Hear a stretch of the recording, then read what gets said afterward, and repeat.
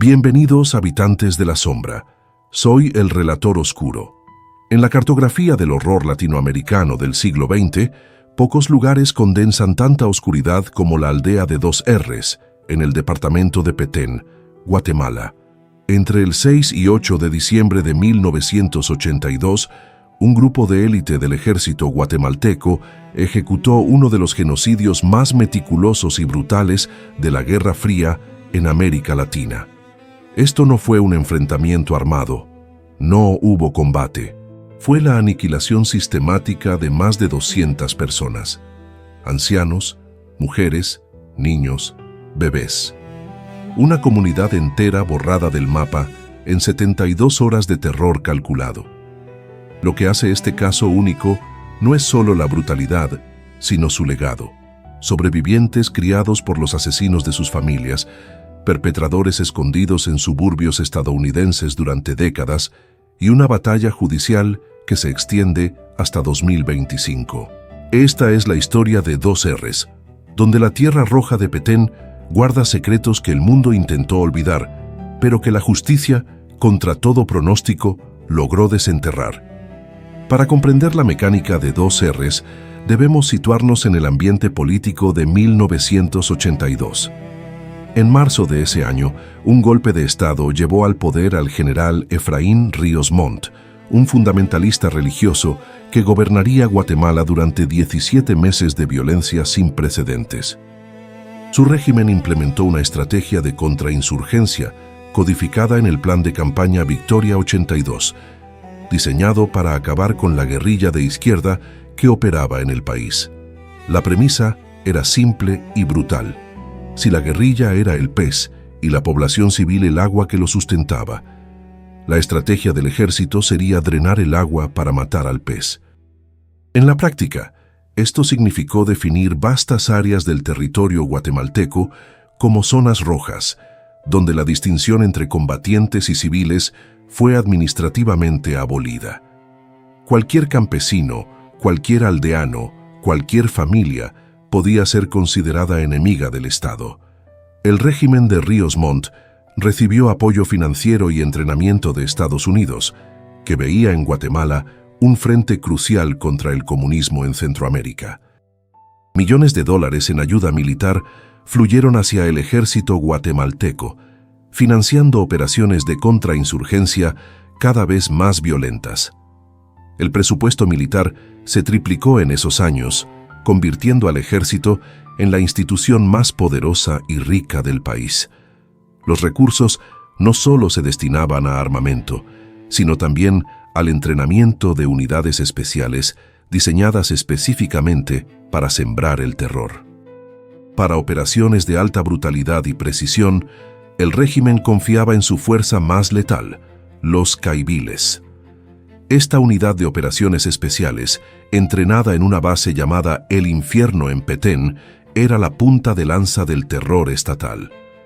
Los caibiles recibían un entrenamiento diseñado sistemáticamente para quebrar la empatía humana y reconstruir al soldado como una máquina de matar eficiente. El costo de entrenar a un caibil era 10 veces superior al de un soldado regular, pero el Estado consideraba que valía la inversión.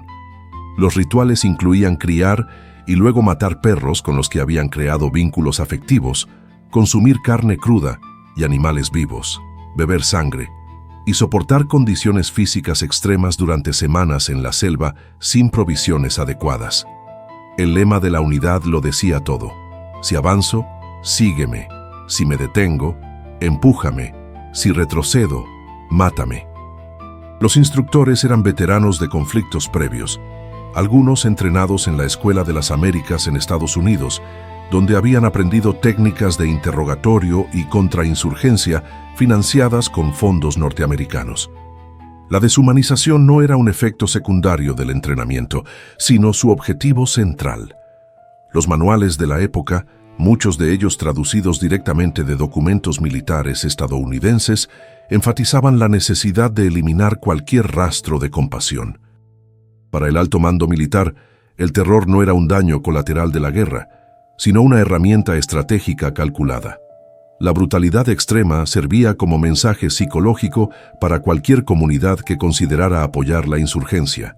El costo sería la aniquilación total. Los oficiales que comandaban estas operaciones recibían bonificaciones económicas sustanciales por misiones exitosas, creando un incentivo perverso para la violencia desmedida.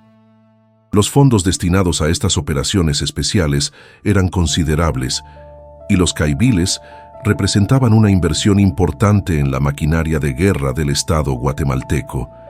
La unidad que sería enviada a 2Rs no estaba compuesta por reclutas sin experiencia, sino por instructores y graduados de élite, lo que sugiere que la operación fue considerada de alta prioridad militar y que se destinaron recursos significativos a su planificación y ejecución. El ejército guatemalteco, con su presupuesto inflado y su arsenal moderno financiado por potencias extranjeras, se había convertido en una fuerza de ocupación en su propio territorio. En este contexto de violencia institucionalizada y recursos económicos masivos destinados al exterminio, una pequeña aldea de colonos en Petén estaba a punto de convertirse en el epicentro de uno de los crímenes más atroces del siglo XX en América Latina. 2Rs no era una aldea ancestral. Ubicada en el municipio de La Libertad, Petén, fue fundada en la década de 1970 como parte de un programa de colonización gubernamental destinado a abrir la frontera agrícola en las tierras bajas del norte.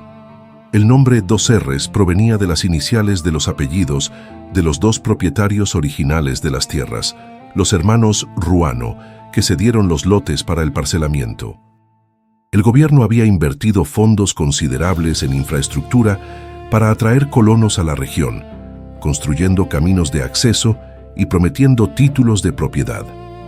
En 1982, la comunidad prosperaba. Estaba compuesta por cerca de 60 familias, varias centenas de habitantes en total. A diferencia de las comunidades de las tierras altas occidentales, predominantemente indígenas y pobres, 2Rs era una mezcla de ladinos y indígenas quechí, con una economía basada en la agricultura de subsistencia y comercio local. La aldea poseía una escuela construida con fondos del gobierno y donaciones de los propios habitantes, 2 iglesias, una católica y otra evangélica, ambas con sus propios presupuestos comunitarios para mantenimiento, y tiendas que abastecían la región con mercancías traídas desde ciudades más grandes. Era en muchos aspectos un modelo de desarrollo rural promovido por el propio Estado en décadas anteriores. Las familias habían invertido sus ahorros en construir casas de madera y adobe, en comprar ganado que representaba su capital acumulado, en establecer pequeños negocios que generaban ingresos modestos pero estables. Algunas familias poseían propiedades valuadas en miles de quetzales, una fortuna considerable para campesinos de la época. Era una comunidad que representaba las aspiraciones económicas de los campesinos guatemaltecos: tierra propia, prosperidad modesta, educación básica para los hijos y la posibilidad de acumular un pequeño patrimonio para el futuro. Los comerciantes de la aldea mantenían relaciones comerciales con distribuidores regionales, comprando mercancías al crédito y pagando con los ingresos de las ventas. Algunos habitantes incluso habían comenzado a ahorrar dinero para comprar vehículos o maquinaria agrícola que pudiera aumentar la productividad de sus tierras. Históricamente, 2Rs se mantuvo al margen del conflicto político. No había registros de organización política radical o presencia armada permanente de la guerrilla en la aldea. Las conversaciones en las tiendas y en las iglesias giraban en torno a precios de cosechas, créditos agrícolas y planes de expansión, no de ideología revolucionaria. La mayoría de los habitantes se dedicaba al cultivo de maíz y frijol y a la cría de ganado. Algunos tenían pequeños capitales invertidos en comercio de productos básicos como azúcar, sal, herramientas y ropa. La aldea funcionaba como un pequeño centro económico para las comunidades aún más remotas de los alrededores. La tragedia de 2Rs reside en parte en su inocencia estratégica. La comunidad fue destruida no por lo que hizo, sino por lo que el ejército, En su paranoia de inteligencia, imaginó que había hecho. La culpa de 2Rs fue geográfica. Estaba próxima al lugar donde el ejército había sufrido una derrota humillante que había costado vidas de soldados y, más importante para el alto mando, la pérdida de equipamiento militar valioso. En octubre de 1982, en la localidad vecina de Palo Verde, una columna militar del ejército guatemalteco fue emboscada por una unidad de las Fuerzas Armadas rebeldes. El ataque fue militarmente desastroso para el ejército. Más de 20 soldados murieron y críticamente, los guerrilleros capturaron el armamento de la unidad, incluyendo 19 a 21 fusiles de asalto Galil de fabricación israelí. Cada fusil Galil tenía un valor de mercado de varios miles de dólares, y su pérdida no solo representaba una humillación táctica, sino también un problema presupuestario significativo. Para el alto comando militar y para el comandante de la Zona Militar 23 de Petén, la pérdida de los fusiles fue una afronta intolerable. Recuperar las armas se convirtió en una obsesión que consumía recursos financieros y humanos. Se ofrecieron recompensas en efectivo a informantes que pudieran proporcionar información sobre el paradero de los fusiles. La inteligencia militar, presionada a presentar resultados y justificar el gasto de fondos en operaciones de búsqueda, fabricó o interpretó erróneamente información que sugería que los fusiles estarían escondidos en 2Rs o que la población local habría facilitado la emboscada a cambio de dinero de la guerrilla. Esta conclusión carecía de evidencias concretas, pero sirvió como pretexto legal y operacional para la movilización de la fuerza de élite. A principios de diciembre, la orden de operación fue emitida y se asignó un presupuesto especial para la logística de transporte, provisiones y el despliegue de tropas de élite hacia 2Rs. Una patrulla especial de caibiles fue transportada por aire hasta la base militar de Santa Elena, un despliegue que requirió autorización de alto nivel y la asignación de recursos de aviación militar. De allí se unieron a un contingente de apoyo de cerca de 40 soldados regulares, totalizando una fuerza de ataque sustancial.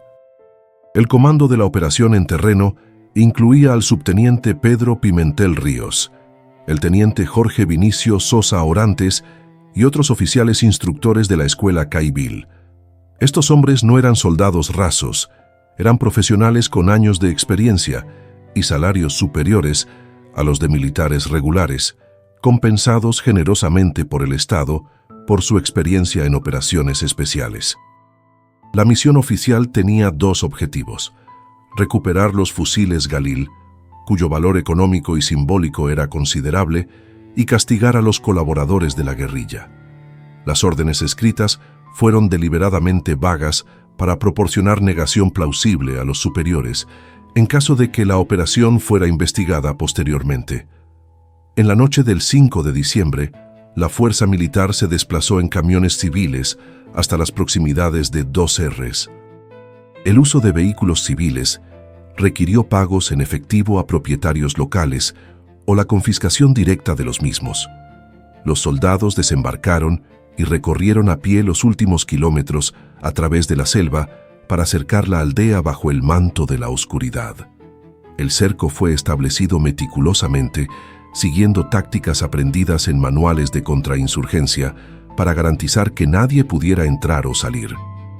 Los caibiles se posicionaron en puntos estratégicos alrededor de la aldea, cortando todas las rutas de escape. Algunos llevaban equipos de radio de comunicación importados, tecnología cara que solo las unidades de élite podían costear. Alrededor de las 2 de la madrugada del 6 de diciembre, los caibiles invadieron 2Rs con violencia coordinada. Rompieron las puertas de las casas, muchas de ellas con cerraduras compradas recientemente por familias que habían invertido en seguridad básica para proteger sus bienes. Despertaron a las familias con gritos, golpes y amenazas de muerte. Los habitantes fueron arrastrados fuera de sus camas, muchos aún en ropas de dormir, y obligados a marchar hacia el centro de la aldea. Los soldados usaban linternas militares de alta potencia, otro indicador del equipamiento costoso que portaban. La población fue inmediatamente segregada, siguiendo un protocolo establecido. Los hombres fueron llevados a la escuela local, un edificio que la comunidad había construido con contribuciones económicas de cada familia durante varios años. Allí fueron amarrados con cuerdas de nylon de calidad militar y vigilados por guardias armados. Las mujeres y niños fueron confinados en las 2 iglesias de la aldea. En la iglesia católica, las bancas de madera que los feligreses habían comprado con colectas dominicales ahora servían como asientos forzados para las víctimas aterrorizadas. La densidad del miedo en estos espacios era palpable. Los niños lloraban y las madres intentaban, en vano, consolarlos mientras escuchaban los gritos de sus maridos y padres siendo torturados en la escuela vecina. El sonido de los golpes resonaba a través de las paredes delgadas. Durante las primeras horas de la mañana, los oficiales condujeron interrogatorios brutales. El objetivo ostensible era la localización de los fusiles Galil y el descubrimiento de cualquier dinero que las familias pudieran haber recibido de la guerrilla como pago por colaboración. Los hombres fueron golpeados con rifles, patadas y puños, amenazados con ejecución inmediata y torturados con técnicas que incluían asfixia simulada y descargas eléctricas de generadores portátiles. Algunos soldados registraban las casas buscando no solo armas, sino también objetos de valor, dinero en efectivo, joyas, documentos de propiedad.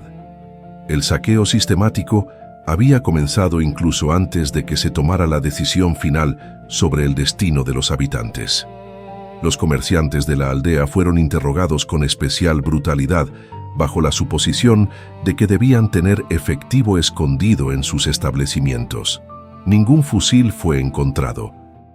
Ninguna evidencia de colaboración guerrillera apareció. Tampoco se encontraron grandes sumas de dinero que pudieran sugerir pagos ilícitos. La razón era simple. Los fusiles no estaban allí y la aldea no tenía conexión con la guerrilla.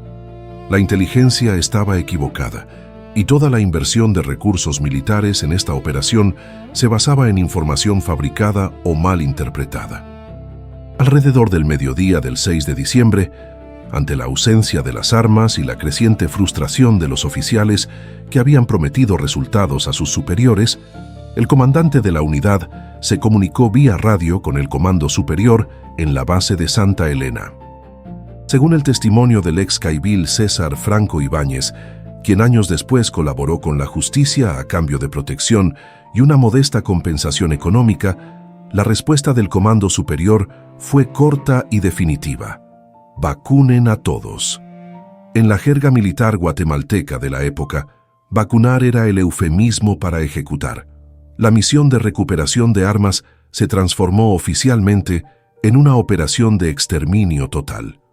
El teniente Jorge Vinicio Sosa Orantes, quien décadas después viviría cómodamente en California, con ingresos de su trabajo como pintor hasta que la justicia lo alcanzó, reunió a sus hombres y transmitió la nueva orden. La decisión fue colectiva y jerárquica. Nadie debería sobrevivir para contar la historia. Los caibiles entendieron inmediatamente lo que esto significaba. Algunos testimonios posteriores revelaron que ciertos soldados expresaron dudas, pero fueron silenciados rápidamente con amenazas de ser tratados como traidores.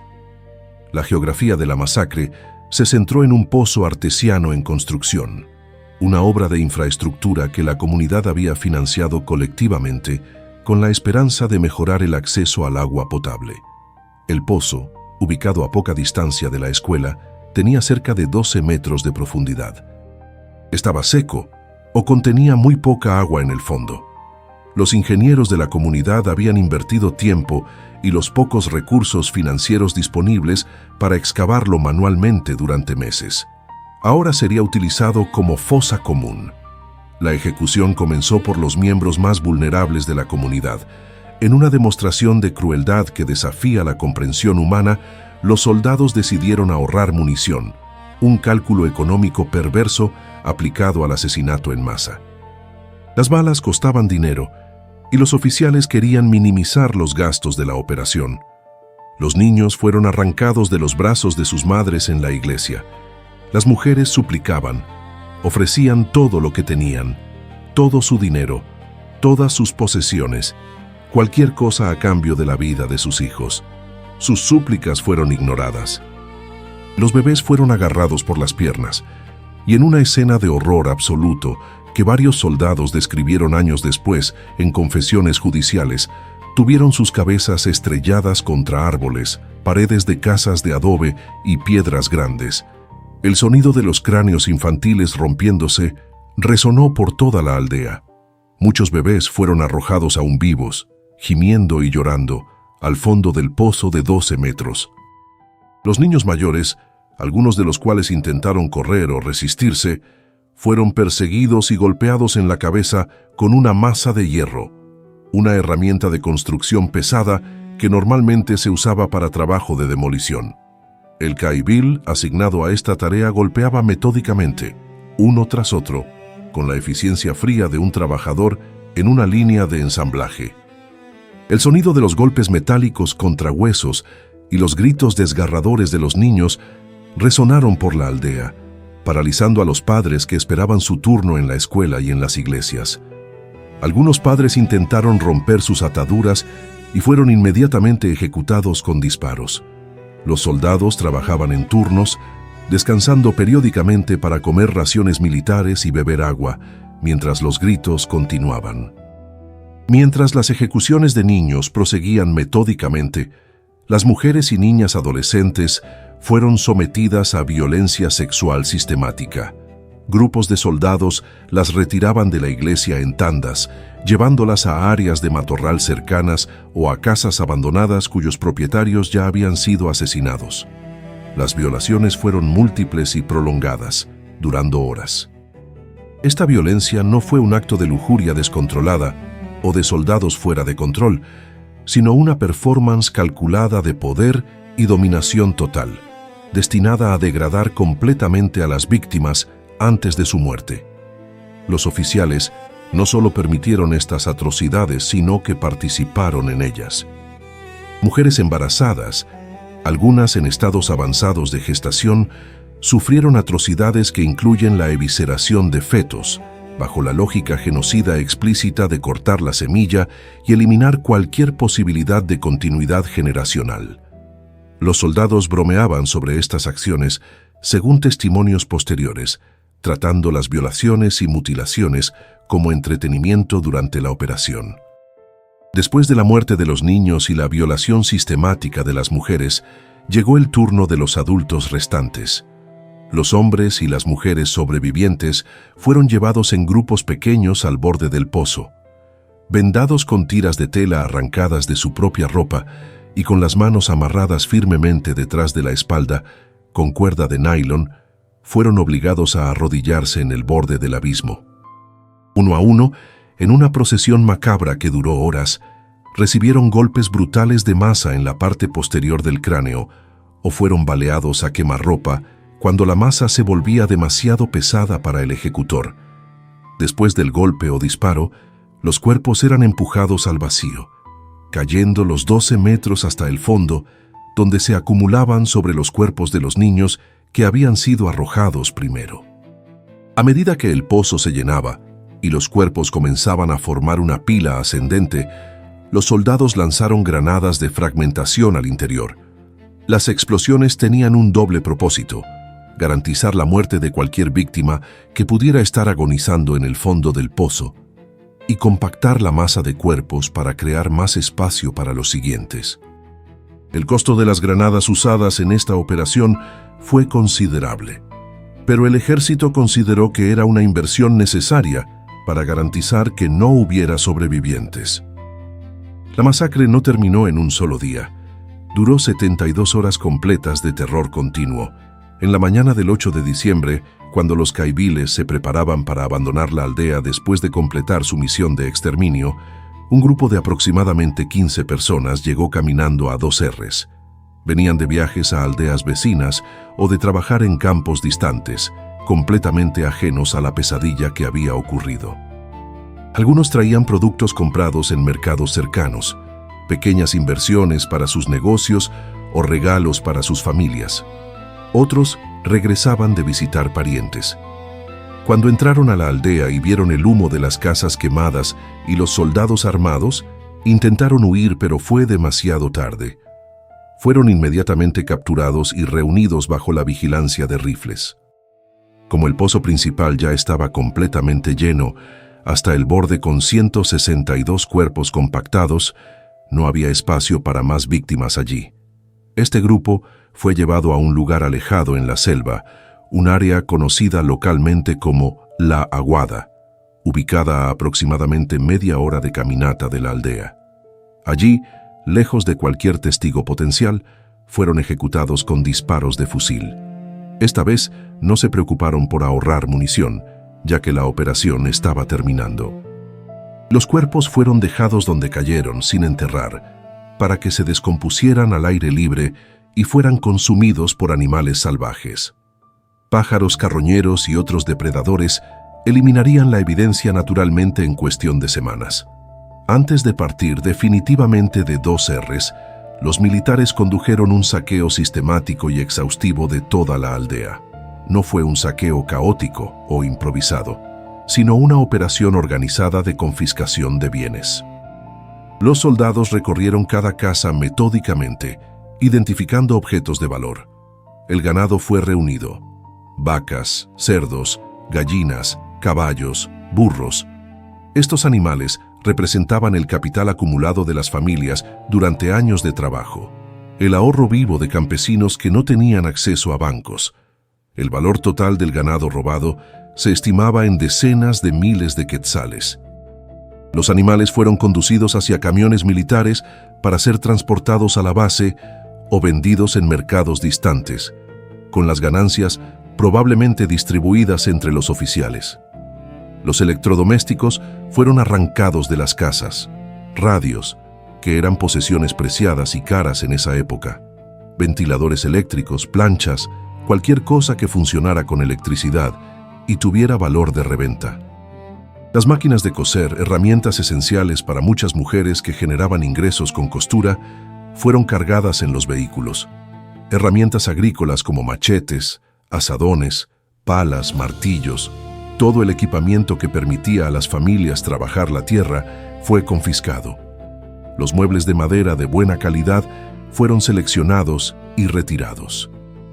En las tiendas de la aldea, los soldados tomaron toda la mercancía: sacos de azúcar, sal, arroz, frijoles, latas de conservas, aceite de cocina, jabones, telas, medicinas básicas.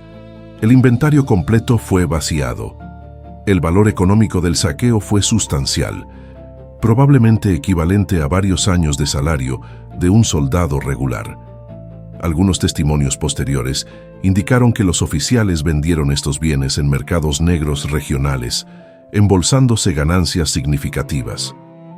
El dinero en efectivo que se encontró en las casas, los ahorros familiares escondidos en cajas, debajo de colchones o en pequeños recipientes enterrados, fue confiscado. Para muchas familias campesinas, estos ahorros representaban años de sacrificio, dinero destinado para emergencias médicas, educación de los hijos o compra de más tierra. Todo fue robado. Los documentos de propiedad de tierras y ganado, títulos legales que representaban la riqueza y seguridad de las familias, fueron destruidos o robados, lo que posteriormente dificultaría que sobrevivientes o herederos pudieran reclamar sus propiedades. Una vez completado el saqueo y cargados los camiones con el botín, los soldados procedieron a la fase final, la destrucción física de la aldea. Utilizando combustible militar, probablemente gasolina o diésel de los depósitos del ejército, rociaron las casas de madera y paja. Las edificaciones de adobe fueron preparadas con acelerantes. Luego, sistemáticamente, encendieron fuego a cada estructura. Las casas ardieron rápidamente, las llamas consumiendo lo que había sido hogares donde familias habían vivido, comido, criado niños, soñado con el futuro. La escuela, símbolo de esperanza y progreso comunitario, fue incendiada. Las iglesias, espacios sagrados que habían sido profanados como cárceles temporales para las víctimas, también fueron quemadas. En pocas horas, Dos R's fue reducida a un paisaje de cenizas y escombros humeantes. El objetivo era claro: borrar físicamente cualquier evidencia de que la comunidad había existido. Eliminar edificios, eliminar cuerpos, eliminar memoria. Convertir a Dos R's en un espacio en blanco en el mapa, un lugar que nunca fue. Con la aldea en llamas detrás de ellos y los camiones cargados de ganado y bienes robados, los caiviles abandonaron el sitio y regresaron a su base. Los oficiales redactaron un informe oficial que describía la operación como un exitoso enfrentamiento con guerrilleros armados, un combate en el cual las fuerzas gubernamentales habían neutralizado una célula insurgente. No se mencionaba a civiles, no se mencionaban niños, no se mencionaban violaciones o ejecuciones masivas. El informe era una ficción cuidadosamente construida, diseñada para justificar el gasto de recursos militares y ocultar el genocidio. Durante 12 años, Dos R's permaneció como un secreto abierto en Guatemala, un nombre susurrado con miedo, pero nunca discutido públicamente. Los rumores circulaban en Petén sobre una aldea que había desaparecido, sobre un pozo lleno de muertos, pero el miedo al ejército mantenía a la gente en silencio. Hablar podía costar la vida. Solo en 1994, cuando el conflicto armado comenzaba a declinar y surgían pequeños espacios para la sociedad civil, fue posible iniciar la búsqueda de la verdad material. La Asociación de Familiares de Detenidos Desaparecidos de Guatemala, una organización sin fines de lucro que operaba con presupuestos mínimos y dependía de donaciones internacionales, tomó la iniciativa. Aura Elena Farfán, una activista incansable, lideró los esfuerzos para documentar el caso y presionar por una investigación. Dada la profunda desconfianza en las instituciones estatales guatemaltecas, que habían sido cómplices o incompetentes en investigaciones previas, se solicitó ayuda internacional. El equipo argentino de antropología forense, una organización reconocida mundialmente por su trabajo en la identificación de víctimas de dictaduras, aceptó liderar la exhumación. La EHAF operaba sin fines de lucro, financiada por fundaciones internacionales de derechos humanos y por pequeñas contribuciones de organizaciones locales que reunían fondos desesperadamente para pagar los costos de transporte, alojamiento y equipamiento científico. El trabajo forense fue técnicamente complejo, físicamente agotador y emocionalmente devastador. El Pozo de la Muerte, como fue llamado, tuvo que ser excavado completamente a mano. No había presupuesto para maquinaria pesada, y además el sitio requería precisión científica que solo el trabajo manual podía proporcionar. Los antropólogos descendieron al pozo utilizando una estructura de madera improvisada, construida con fondos limitados. Durante semanas, trabajaron en condiciones claustrofóbicas, removiendo tierra balde a balde, cada balde subido manualmente por cuerdas. A los 6 metros de profundidad comenzaron a aparecer los primeros restos humanos. Fragmentos de huesos, piezas de ropa descompuesta, objetos personales. A los 12 metros, la densidad de cuerpos era total. Los esqueletos estaban entrelazados en una masa indistinguible de huesos, ropa y tierra. La evidencia forense fue irrefutable y demoledora. Los esqueletos no llevaban uniformes de combate, sino ropa civil, huipiles, camisas de trabajo, ropa de niños. Muchos cráneos presentaban traumatismos contundentes, consistentes con golpes de masa, no heridas de bala de combate. Pero lo más condenatorio fueron las vendas en los ojos y las cuerdas de nylon todavía atadas alrededor de las muñecas y tobillos de los restos óseos. Esto no había sido un enfrentamiento, había sido una ejecución masiva. De los 162 esqueletos recuperados del pozo, 67 pertenecían a niños menores de 12 años. La ciencia había hablado. La versión oficial del ejército era una mentira biológica y criminal. Entre la oscuridad de esta tragedia, surgió una historia que parece sacada de la ficción más retorcida, pero que fue crucial para el caso judicial. Durante la masacre, un niño de 3 años, Ramiro Osorio Cristales, sobrevivió. No porque lograra huir, sino porque uno de los caiviles, el teniente Santos López Alonso, decidió quedárselo como un trofeo de guerra. López Alonso no mató al niño, se lo llevó a su casa, le cambió el nombre y lo crió como si fuera su propio hijo. Ramiro creció en la casa del asesino de su familia, sometido a trabajos forzados, abuso físico y una vida de pobreza, mientras el oficial cobraba su sueldo del Estado. El niño creció sabiendo que algo estaba mal. Los otros hijos de la familia eran tratados con afecto, mientras que él era tratado como un esclavo doméstico. Años más tarde, pruebas de ADN y una investigación de la Fiscalía confirmaron su identidad real. Ramiro no era hijo de López, era un sobreviviente de 2Rs. Su testimonio en los tribunales, ya siendo un adulto, fue devastador. Narró no solo los horrores que vio ese día siendo un niño pequeño, recordando los gritos y la sangre, sino también la tortura psicológica de ser criado por el hombre que había exterminado a su sangre. Ramiro se convirtió en la prueba viviente de la barbarie. El Estado no solo había matado a los padres, sino que se había apropiado de los hijos para servidumbre. La justicia tardó casi 3 décadas en llegar, obstaculizada por leyes de amnistía, amenazas a jueces y la desaparición de archivos militares. Sin embargo, el error de los perpetradores fue creer que el tiempo borraría sus crímenes o que las fronteras los protegerían.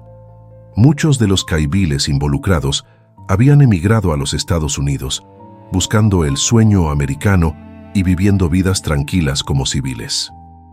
Jorge Vinicio Sosa Orantes, el teniente que había ordenado las ejecuciones en El Pozo, vivía en California y trabajaba como instructor de artes marciales. Gilberto Jordán, otro participante, vivía en Florida. La justicia guatemalteca, en colaboración con el Servicio de Inmigración y Control de Aduanas de EEUU, ICE, comenzó a cazarlos. No por asesinato inicialmente, sino por fraude migratorio. Habían mentido en sus solicitudes de ciudadanía al negar su participación en crímenes de guerra. En 2011, se logró un hito histórico en los tribunales de Guatemala. 4 excaiviles, Daniel Martínez, Manuel Pop, Reyes Colín y Carlos Carías, fueron llevados a juicio. La evidencia del equipo argentino de antropología forense y los testimonios de los pocos sobrevivientes sellaron su destino. El tribunal emitió una sentencia que resonó en todo el mundo por su carga simbólica: 6.060 años de prisión para cada uno. La matemática de la justicia fue implacable: 30 años por cada una de las 201 víctimas asesinadas, más 30 años adicionales por crímenes contra los deberes de humanidad. Aunque la ley guatemalteca limita el tiempo efectivo en prisión, la cifra de 6 milenios envió un mensaje claro. La magnitud del crimen era tal que ni varias vidas humanas alcanzarían para pagarlo. Posteriormente, Santos López Alonso, el secuestrador de Ramiro, fue deportado de Estados Unidos y sentenciado a 5.160 años de cárcel. Hoy el sitio donde estuvo la aldea de 2Rs es un lugar de silencio y memoria. Donde antes hubo casas y comercio, ahora hay monumentos y placas con los nombres de los caídos. El Pozo, esa boca oscura que se tragó a una generación, permanece como una cicatriz abierta en la geografía de Petén. La masacre de 2Rs nos enseña una lección aterradora sobre la capacidad del Estado para convertir sus recursos, dinero, entrenamiento, tecnología, en maquinaria de muerte. Nos muestra cómo la deshumanización del enemigo permite que seres humanos cometan actos de crueldad inimaginable. Pero también nos deja una lección de resistencia. La verdad, enterrada bajo 12 metros de tierra y 30 años de miedo, eventualmente sale a la luz.